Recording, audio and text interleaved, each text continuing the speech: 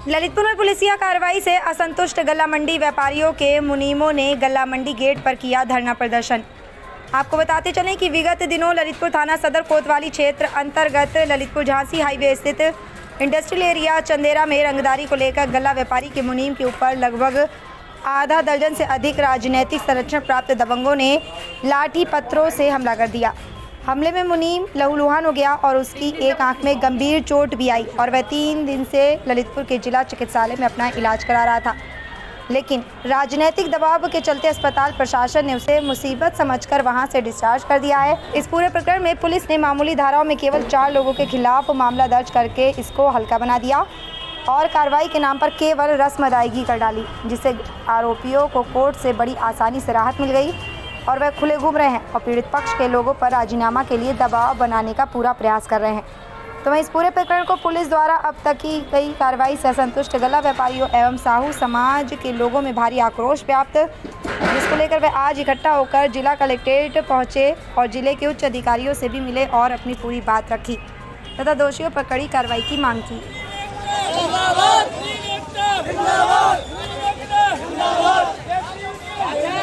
वहाँ पे कुछ 3 लोग इसके पास गए, मिल पे चंदेरा पे स्थित काम करता है ये, और दुकान के मिल के सामने उसको लाठी डंडों से और राड से मारा। इसकी आंख भी चली गई है, आंख से नहीं दिख रहा है और सिर में इसकी चोटें, कई गंभीर चोटें हैं।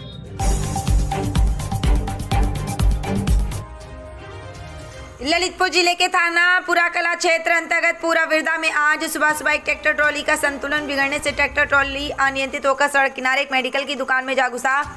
इस घटना में 50 वर्षीय एक व्यक्ति की मौके पर ही मौत हो गई तथा एक व्यक्ति ट्रैक्टर की चपेट में आने से गंभीर रूप से घायल हो गया, जिसे ग्रामीणों की मदद से एक निजी वाहन द्वारा पास के तालबेहट सामुदायिक स्वास्थ्य केंद्र ले जाया गया, जहां प्राथमिक उपचार के बाद उसे रेफर कर दिया गया।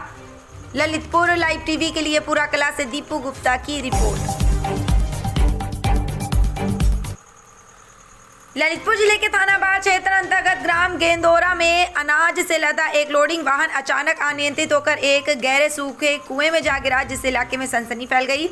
फिलहाल इस घटना में कोई हताहत नहीं हुआ। ग्रामीणों की मदद से ट्रैक्टर द्वारा लोडिंग वाहन को कुएं से निकाला गया। ललितपुर लाइव टीवी के लिए गेंदोरा से लक्ष्मण राजा की रिपोर्ट।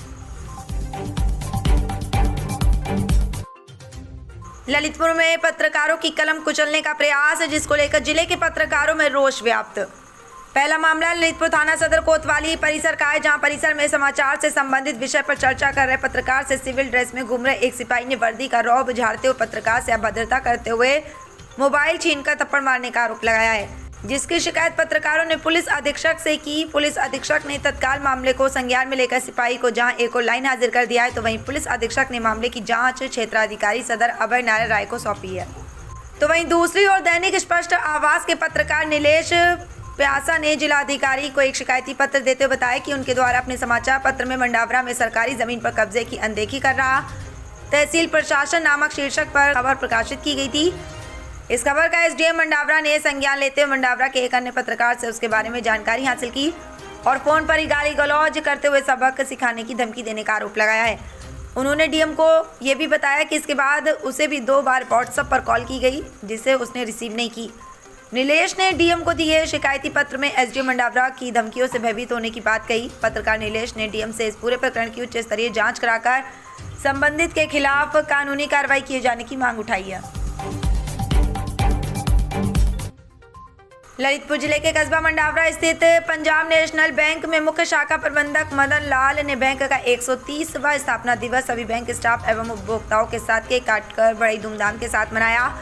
साथ ही शाखा के अग्रणी एवं उपभोक्ता किसानों को वीडियो के माध्यम से शाखा की उन्नति का प्रसारण दिखाया गया। बताया गया कि पंजाब नेशनल बैंक भारत का दूसरा सबसे बड़ा सरकारी वाणिज्यिक बैंक है और आदर्श वाक्य के रूप में भरोसे का प्रतीक माना जाता है। ये भारत का एक प्रमुख और पुराना बैंक है जो आज एक वट वृक्ष की तरह फैलकर उपभोक्ताओं को योजनाओं से लाभान्वित कर रहा है। तहसील मंडावरा से प्रकाश राय की रिपोर्ट।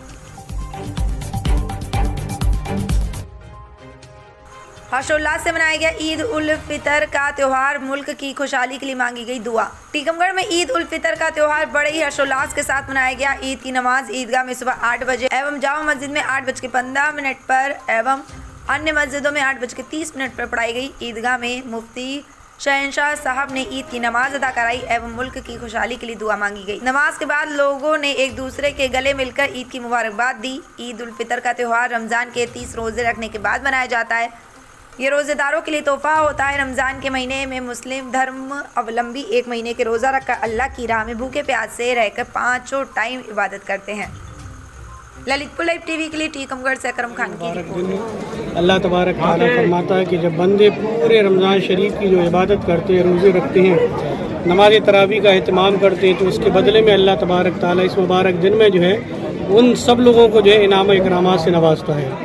और ये हमारे नबी ने हमें ये पैगाम दिया, हमें ये सबक दिया कि हम इस तरीके से ईद मनाएं जिस तरीके से हम अपने लिए ईद मनाते हैं, इसी तरीके से हम अपने दूसरे भाइयों के लिए भी ईद मनाएं। यानी जो जिनकी माली हालत कमज़ोर है या जिनकी कम है, तो उनके साथ भी जो है हर तरीके के जिस तरीके से हम ईद मना रहे हैं, उनकी हम इस तरीके से मदद करें कि उनकी ईद भी जो है हमारी तरह मने।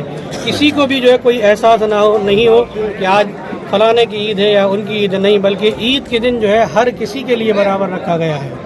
और आज मैं तमाम आलम इस्लाम को, पूरे मुल्क वासियों को जो है ईद की तहे दिल से मुबारकबाद देता हूँ। क्या नाम आपका?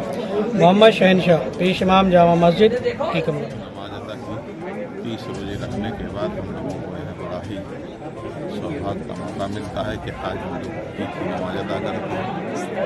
8 बजे यहाँ हुई, 8:30 बजे तक सारी मस्जिदों में नमाज हो जाएगी। अमन चैन की दुआ हुई। मैं यही चाहता हूँ भारतवर्ष में अमन चैन बना है।